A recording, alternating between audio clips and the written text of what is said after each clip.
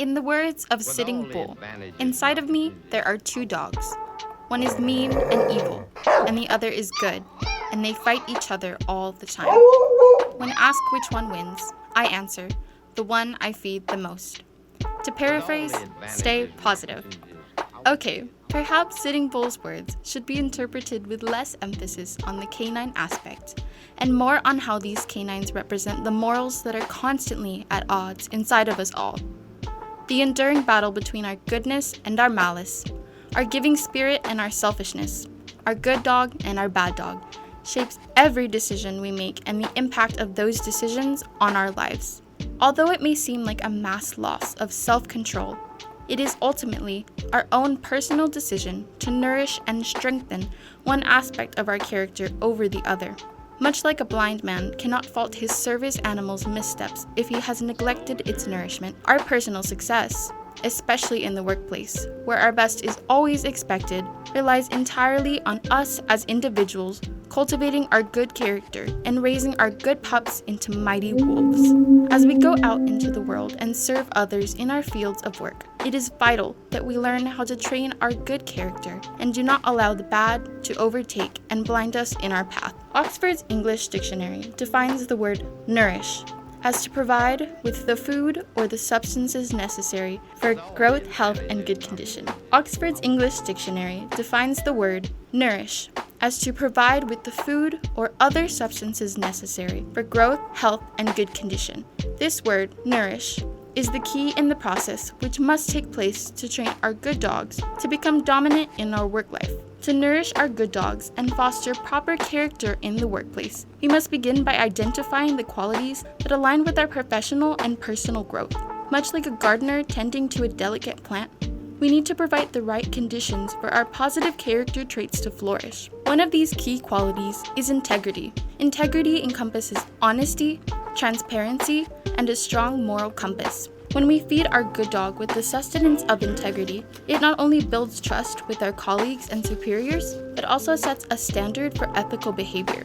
Nurturing our integrity can significantly affect our career trajectory and bring about unexpected opportunities. A great example of a rewarding experience with integrity is a good friend of mine, Deidre.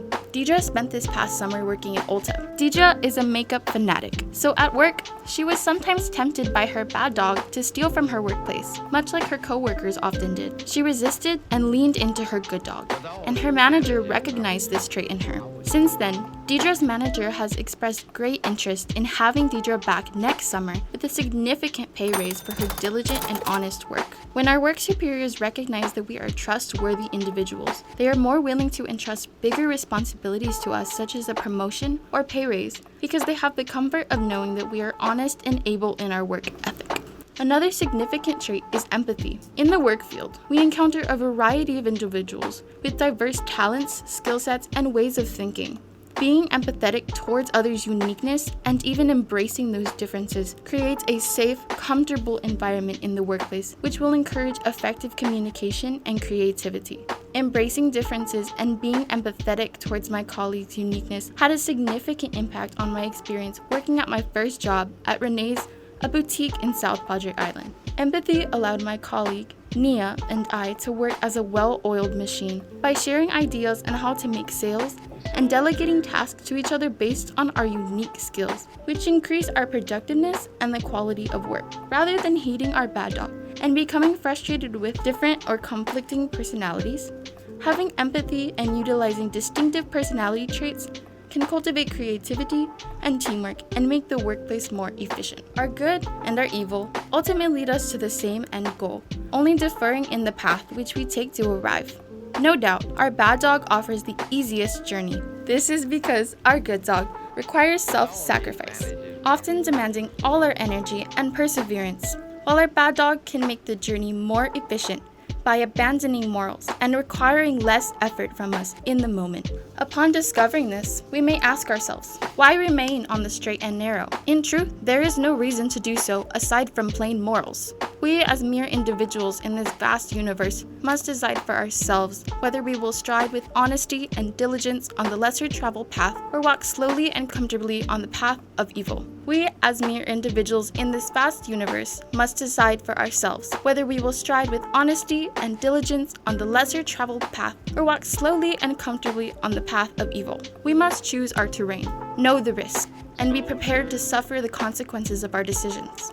As we go out into the world and serve others in our fields of work, we must choose our warriors wisely, heeding Sitting Bull's words and remembering that the character we display in the workplace reflects our choices and the qualities we choose to nourish. We can honor our character and our hard work by obliging our good dog, or we can blindly follow our bad dog and abandon the extra weight, which is the burden of our morality. In the end, we are endowed with the ability to choose for ourselves as individuals. But nonetheless, we should encourage one another and be inspired to choose good and the fruits that will bloom from it. Walking blindly in our evil by feeding our bad dog can put the workplace and our personal success at risk. But by consciously feeding our good dog with integrity, empathy, and determination, we not only enhance our own professional lives, but also contribute positively to the work environment. We must nurture and nourish our positive character traits to thrive in the world of work. In doing so, we honor Sitting Bull's wisdom and stay positive in our pursuit of success.